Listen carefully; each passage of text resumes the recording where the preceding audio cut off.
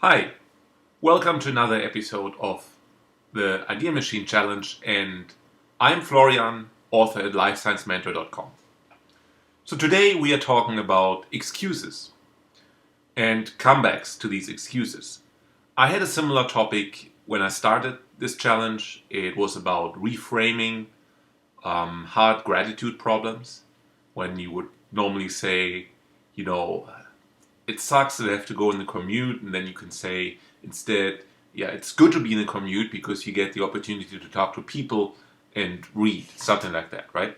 The same way you can reframe common excuses, and I've selected some that we all hear, maybe even use ourselves on a frequent basis.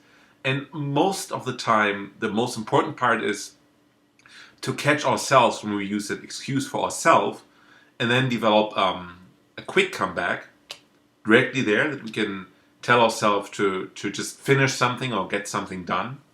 And then there's a long-term part that we should ask ourselves if we want to be successful in the long run, right? For example, we say, I don't have time to that, but that project is still something important, then we have to figure out ways how to make time for it, right?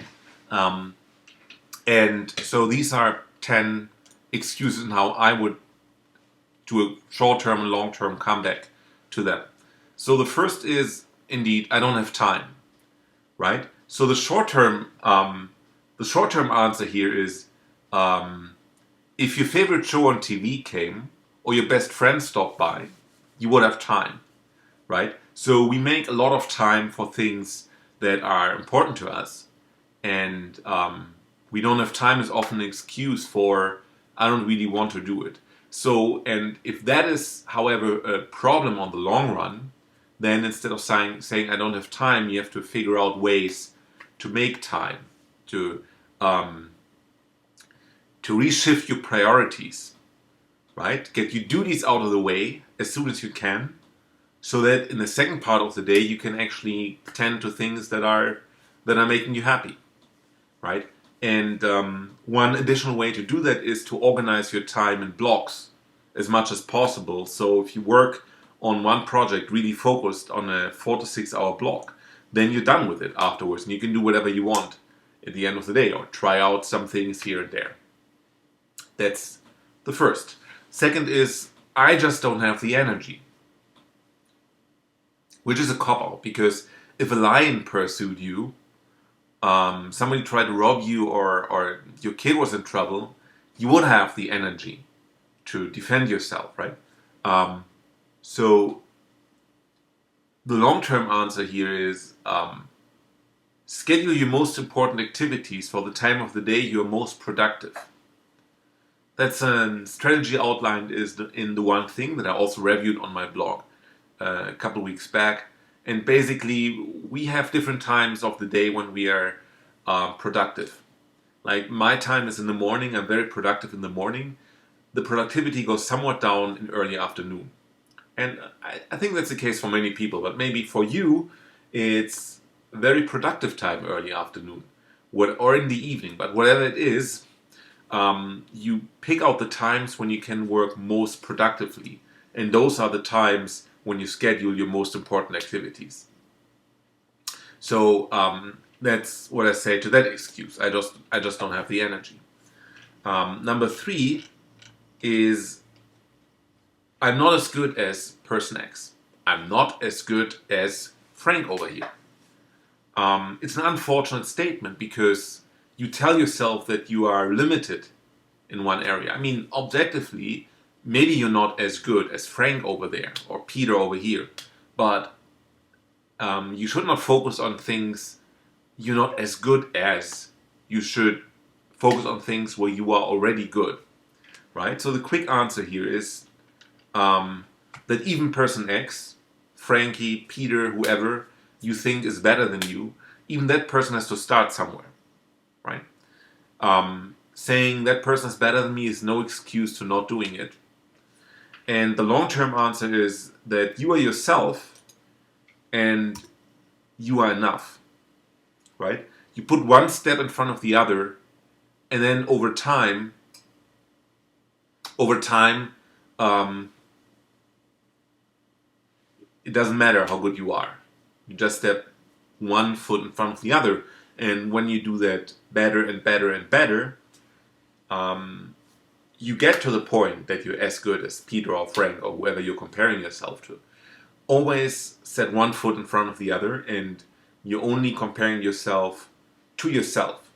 Like when you can say that 2015 was a better year than 2014, then you're on a good long-term track. Number 4, I could not foresee that happening. So we shift blame outside. We shift blame onto something that we don't have control on. And that's a cop-out as well. Because, at least we're not blaming somebody else. That's good. But, suggesting that we couldn't foresee eggs just meant that we didn't plan enough for contingencies. The fast comeback here is to I could not foresee event X. You would say, me neither, since I'm not a psychic, yet I am here. And on the long term, you want to include event X that you couldn't foresee. You still want to include that in your planning.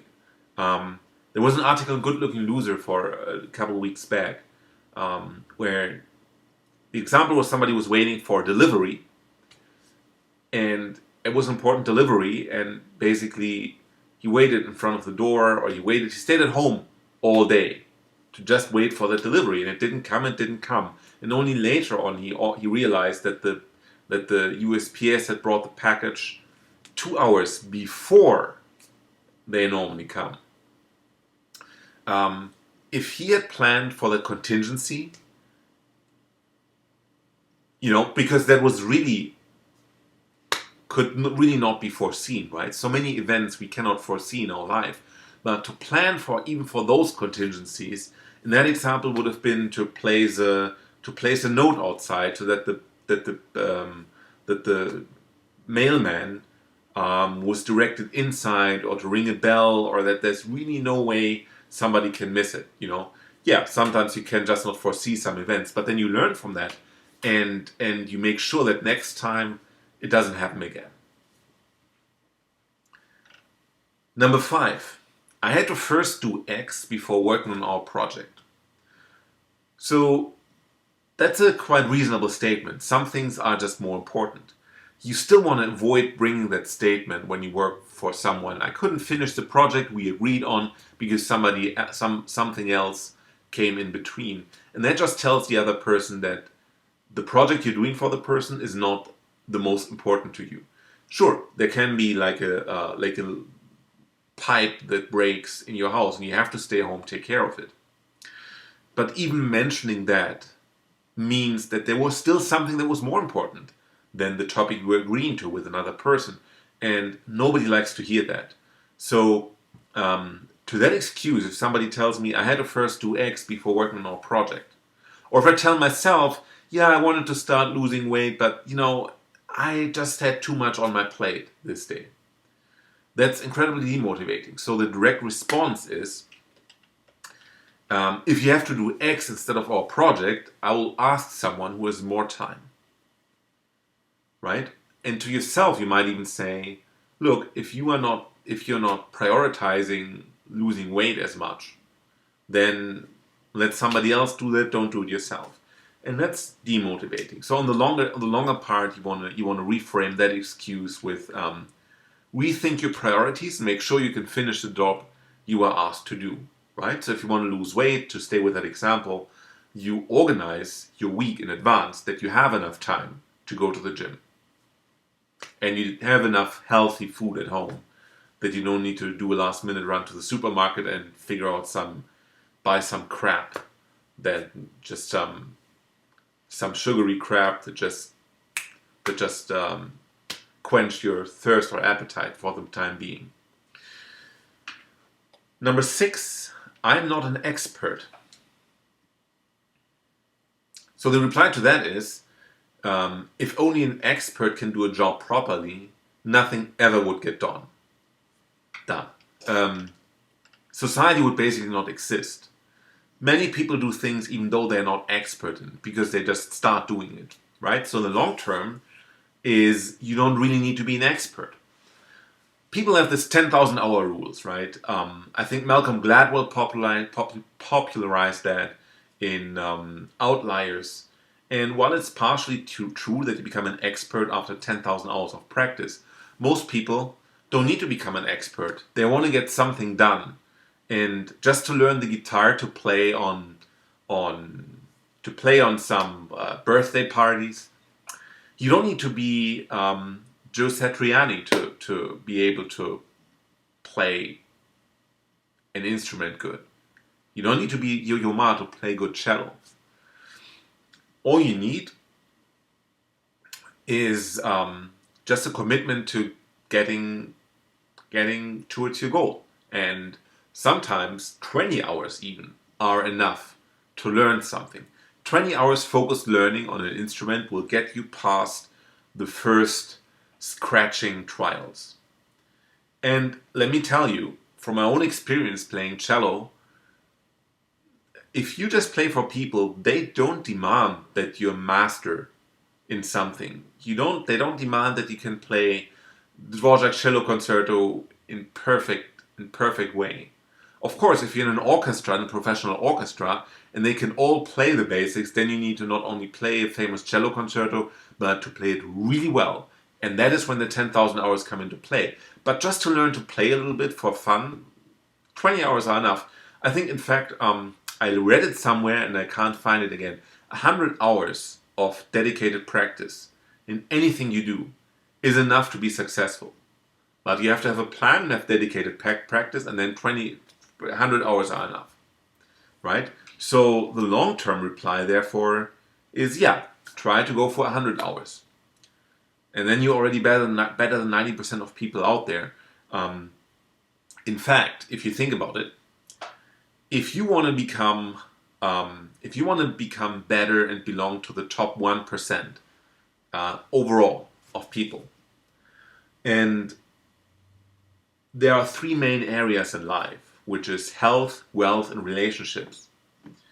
If you become in 5 categories above average, you will be truly one of the top 1%. So if you have an over average sense of style, if you have an over average body fat, which is I think average or median body fat of people in the US is like 17%. If you're above 17%, you're above average in body fat. Or below, when it's 16%, 15%, and that is something you can achieve. Then if you have over average social acuity,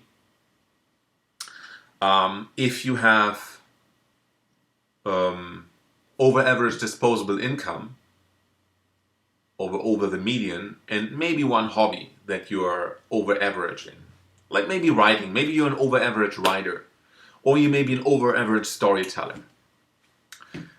That's achievable, right? Over average, like 60%, better than 60% of people. Now, if you're in 5 disciplines, only 40% of people are better each than you. If you're that good, if you're above average in all 5 disciplines, then together you'll belong to the top 1%. Believe it or not. Really, right? So that's what it takes. Now, if you get into an environment again where a well-rounded personality is not as important, like if you are an over-average athlete, but you go to college and play in the football team, then you need to be far more than just above average, right? But if you're in a general day-to-day setting, you can actually be with master of none, a practicer of many, master of none, or something like that, right? You can actually be a little bit above average and none really master really none and still be successful. Once again, it depends on the environment where you are, but in most situations in your daily life, it's enough to be over average, to be just over average in many different disciplines.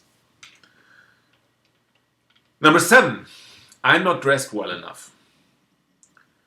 The excuse often comes from people with a scarcity mindset, right? They're worried about, once again, they think they need to be experts. And they worry about how they come across to other people now, right? So that way they're setting themselves up for failure. So right away you can answer, if somebody tells you, I'm not dressed well enough to appear on your party, and you say, dressing perfect will not make you rich either, so let's go ahead anyway. And the long-term answer is, you should go around with disheveled clothes once a day in public. Don't shower. It's gross, yeah, but just go around like that in public. And you'll realize nobody really cares. Yeah, don't go to job interviews with holes in your jeans, of course, but realize that you can walk around with disheveled clothes, not having showered, bad hair, whatever, non-shaven, and then talk to people, and they'll still talk to you. It's less of a deal than you make it out to be. But on the long run, of course, you will want to arrange your life so you're capable of taking care of dress, money, and apartment in the future. But just don't use it as an excuse. Number 8, it's too hard. One of my favorite. Because great, that's your reason to do it. Because if something's too hard, then you can bet that the average of people will never try it. And there we are. Just by trying this, you will already be better than average. It's too hard. Just get over it. Just do it. Just doing it will make you better than average. Simple step. And I talked about that already in a previous post about reframing. People don't want to start a business because it's too hard. Well, if it was easy, everyone would do that, right? So you should look for opportunities that are too hard. And the long-term reply is therefore gravitate to where it's hard, because that's where growth will occur. Number 9, that's not who I am, right? This is an extension of I'm just no expert, and it might be halfway legit. If that's a statement for your life's vision, great. Never become something that you feel you aren't. However, as a short-term statement, it's a cop-out. Because, if they see a golden nugget on the wall, they'll still go and climb the wall. All of a sudden, they're quite the athletes, right? The incentive is there, they go. So, immediate reply is, if that was my concern, I would have asked somebody else to do the job. And the long-term reply is, do you really believe that? Somebody's saying, that's not who I am. Do you really believe that? Would you still believe it if it had a clearer benefit for you? Think about that, and that's your long-term reply. And number 10, I don't know how. I don't know how to do it. You're hiding behind your ignorance, and that's a cop-out. The general reply is similar to what I said before. If there was a clump of gold sitting on top of a building, you'd find ways to pick it up without knowing how, right? And the long-term answer is, sometimes the most successful people get it done because they don't know it's impossible. Think about that. If you don't know that something is impossible, you just do it. Because lots of things that people think they're impossible, they'll tell you that it's impossible, you can't do that, but really you can. Just try it. But if you let words by people affect you, then they're like a reaffirmation, and they'll tell yourself it's not possible. So those are my 10 items. I hope you enjoyed them. I have also written them in an accompanying blog post, as always. If you enjoyed this video, click on like. Subscribe to my channel, and if you enjoyed it, and leave me a comment, leave me a note. I'll answer everyone, and I hope to see you again tomorrow. The week is already almost over. I'm happy to have you there. Thank you very much for your attention, and I see you again tomorrow for another day of the Idea Machine Challenge. Goodbye.